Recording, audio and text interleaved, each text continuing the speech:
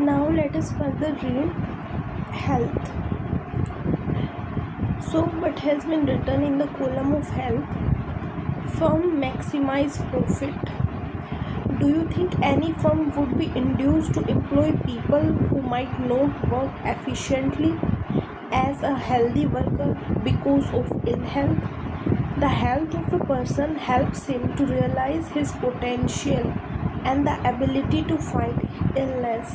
An unhealthy person becomes a liability for an organization. Indeed, health is an indispensable basis for realizing one's well-being.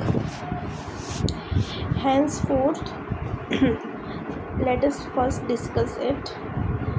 What has been written here, that firm maximize profit as the first thing which is indicated to you and you get to know is that the only and only motive and the only and only purpose for which a firm function is to make profit, maximize profit, but not to distribute profit.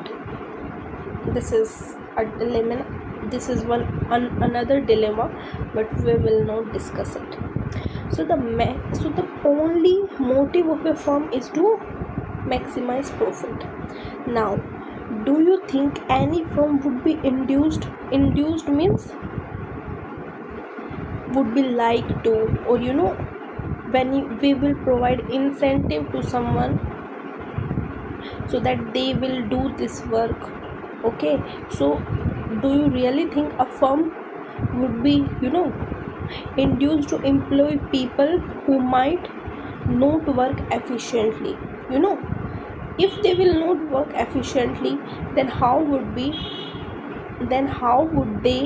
be able to help firm to maximize its profit? So the two ideas, that is profit and work not efficiently,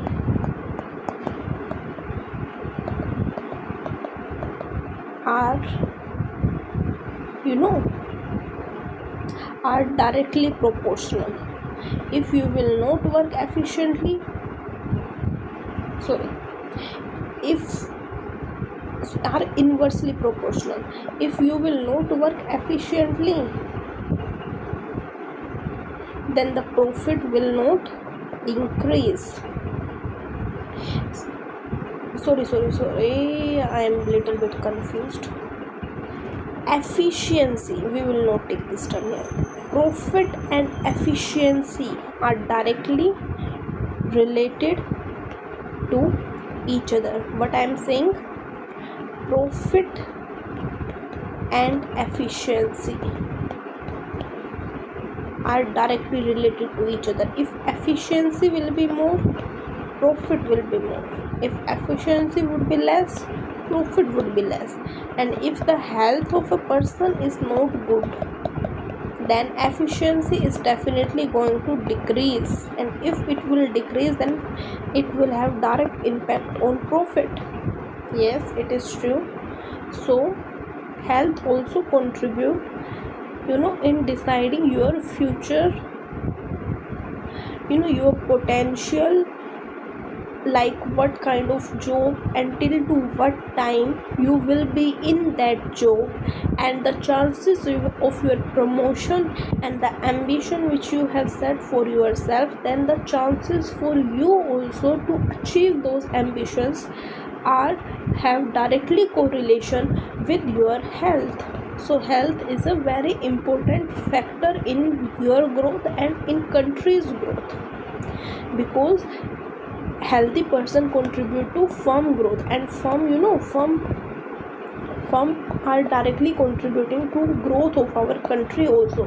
As more number of firms will establish and more functioning they will have, then more jobs they will generate and more they will contribute to GDP by providing more wages to the laborers, and hence income of the labor will increase, so they will spend more and more money as their consumer expenditure. And when the expenditure in the economy will goes up, then definitely there will be more and more requirement of production, and hence more generation will happen, and then more employment. So this cycle goes on. Now, henceforth, improvement in the health status of population has been the priority of the country. Our national policy too aims at improving the accessibility of health care, family welfare and nutritional service, with a special focus on the underprivileged segment of population. Now, give a little bit more focus. Henceforth, we have understood improvement in health status of the population has been the priority of the country, and we have also understood why. Now, our national policy too aims at improving the accessibility of healthcare, family welfare and nutritional service. Now, what it is saying, our national policy, see, like when we take the example of our household, so your mother make the list that these are the things required in the kitchen and give that list to your father. Your father go to the market, purchase those things, and thereby they manage their the stock they assemble for 1 month. But now, after using those things certain after being dependent on that stock only for few number of months, your mother realized that those things are not contributing equally in your health also, like the stock or the food items you assembles are not that much nutrient rich, so they need to change their diet. So what now who will take the initiative? As our mothers are considered like homemaker or not considered, they are homemaker, so you can understand they are like home minister. So they will prepare the list, means, and the list is prepared for changing the items in the list. Now, what is this process been called, and how would indicate this process? The process of changing the items in the list, if you look it by another lens, then it is policy change. Earlier your mother is following a certain policy, now she has changed her policy. Now your home is one unit. If you considered you till now, you have understand the mechanism that is performed in your home, but world also exists outside your home, and your home is one unit in your colony. Your colony is one unit in a district, and your district is one unit in a state, and your state is one portion in nation. So in the same way, we have many number of states. So in the same way, policy also being formalized for the nation. So the policy which is formalized for the nation is called national policy, as the name suggests. What is the name? National policy. Policy for the nation. Okay, and who devised this for policy? There are different bodies, but we will not go inside that much deep, and we take one word only, that is government, because government is the main body to which we have give the responsibility for our welfare, as because we choose this government. Now let us move further.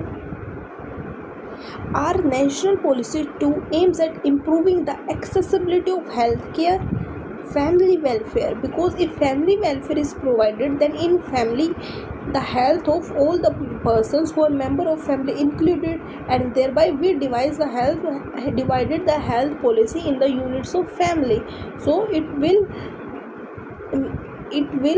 will finally or ultimately help to improve the health of all the people in the country. And nutritional service means we not only want to provide diet, we also provide to diet which is rich in nutrients, with a special focus on the underprivileged segment of population.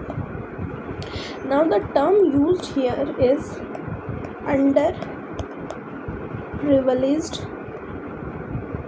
segment of population. See, we are we are trying to provide good health to the people of our country. So the people who have money in their hand, they themselves are capable enough for maintaining a good nutrient rich diet for themselves. Yes, it is true. Then definitely we have to focus on the health of the remaining. Now who are these remaining? The remaining are those who do not have money. Why do not they have money is depend on many factors, like they do not have education. But the question now arises, who do not have education? The people of lower class, the people of lower caste. These are the people who are discriminated since centuries. So they are in the lower strata in society, in each and every term, in money, in education, in health, in nutrients, in skills, in employment, all these things.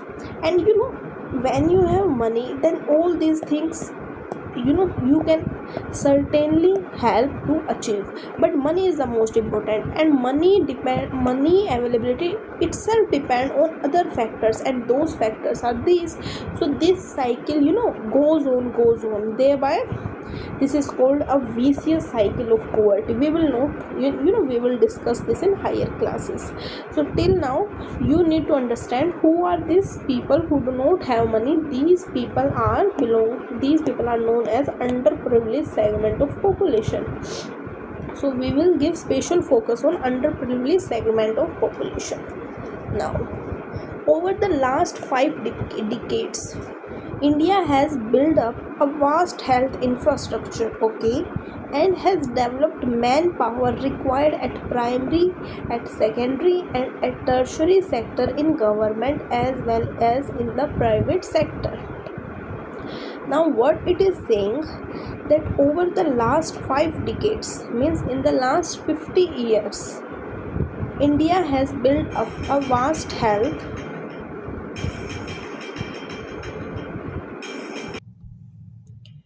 Over the last 5 decades, India has built up a vast health infrastructure and has developed manpower required primary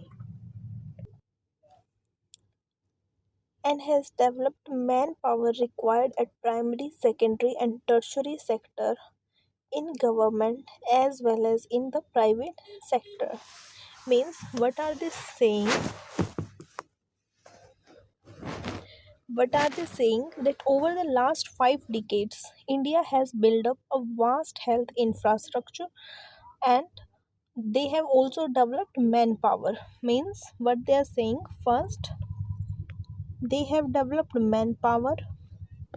What is manpower? Like, there are human beings is not manpower. This merely, you are a human being, that does not count you in the list of manpower. And this manpower is not equipped with physical power of man. No,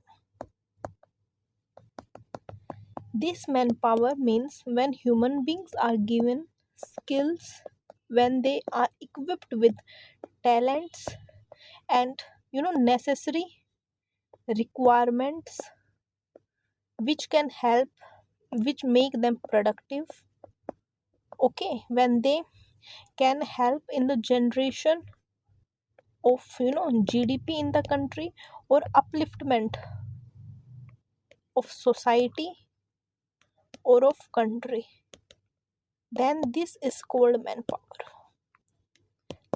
Now, one another aspect of gender discrimination, we haven't written here women power, we have written here manpower, because we have already assumed that the skills, talents, productivity, all these things are imparted to men in our society. Okay, but we have to change these things. Now let us go further. And at primary, secondary, and tertiary sector, okay, they prepare manpower for all these three sectors. Now, what are what is ahead?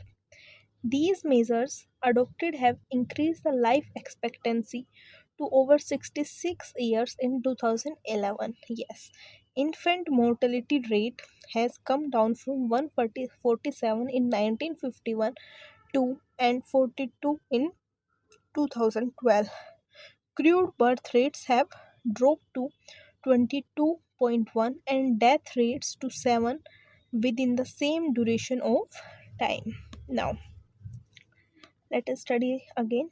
These measures adopted have increased the life expectancy to 66 years. Okay, this is a simple statement. There is nothing much to, you know, understand, but you can only ponder upon which measures. The measures like improvement in health infrastructure, okay, and some schemes which are initiated, some hospitals which are created, education to create mbbs doctors, all these measures. 66 years of age. Then infant mortality rate has come down to has come down from 147 to 42 since when 1951 and 2012. 40 to 147. What is infant mortality rate, students? What is infant mortality rate? It is defined like what is birth rate. It is what is infant mortality. Infant are the child who is under 1 year of age, means they haven't completed 1 year of age, and if they died before they turned to 1 year, then it is known as infant mortality rate, and it is calculated upon 1,000 individuals. So in yes, in 1951, in 1951 147 out of 1,000 children to before they turn to what we can see here, before they turn to 1 year they died, but we have decreased it from 47 to 42 out of 1,000 only died in 2012. So this is an indeed an achievement. Now what is further? Yes, crude birth rate have dropped crude birth rate have dropped to 22.1 and death rate have to 7 within the same duration of time, is 2011 and 1951. Okay, now increase in life expectancy and improvement in child care are useful in assessing the future progress of the country. Increase in longevity of life is an indicator of good quality of life marked by self confidence. Reduction in infant mortality involves the production of children from infection, ensuring nutrition along with mother and child care. Now, what has been written here? Increase in life expectancy and improvement in child care. Now, as we have seen the data above, that infant mortality rate has been decreased from 42 from 147 to 42. Now how has it decreased? It has decreased only when good child care has been provided.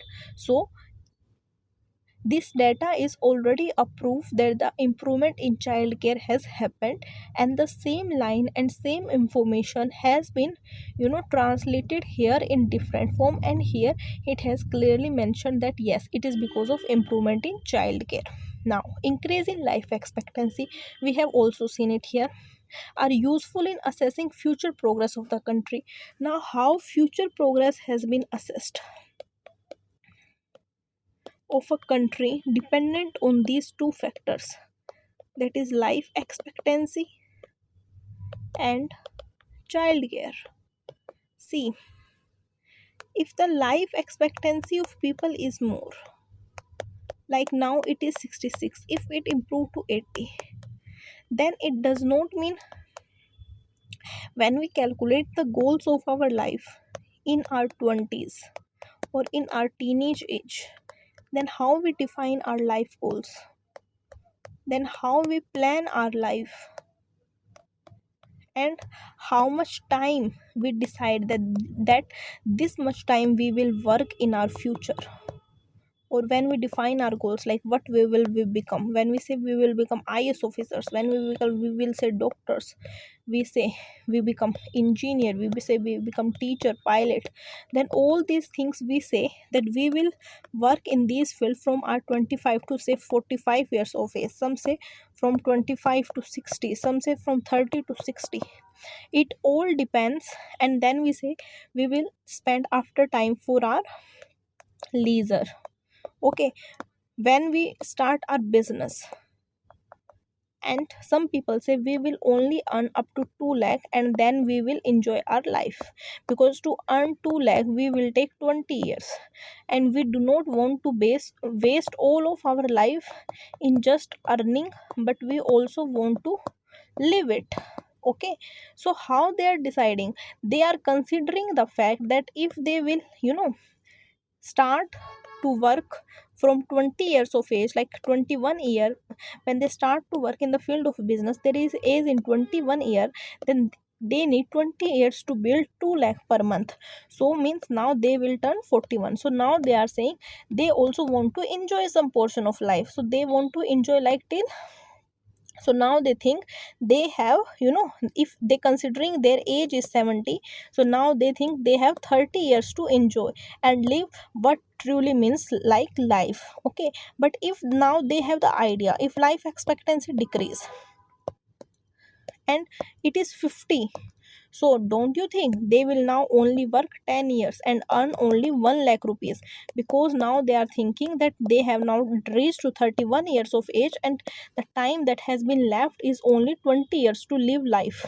Okay, so their working age, or you can say the time of their age, or working hours, or you can say the time of period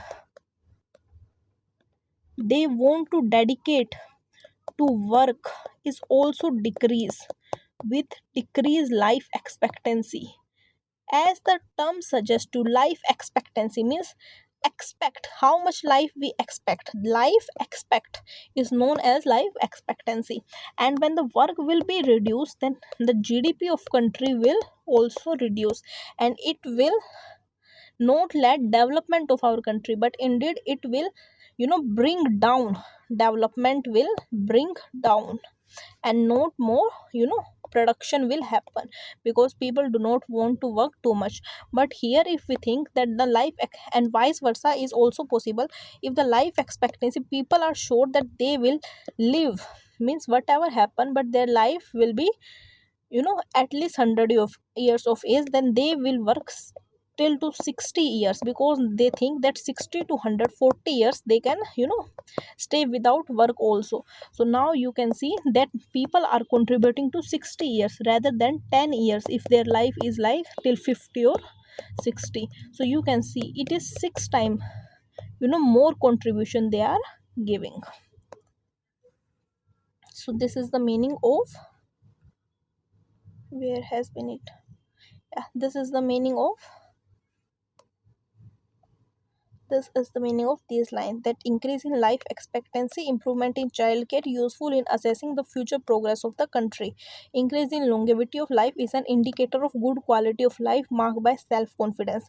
Because if we think that our life expectancy is more, then we also create our goals with more self-confidence and good quality of life we have.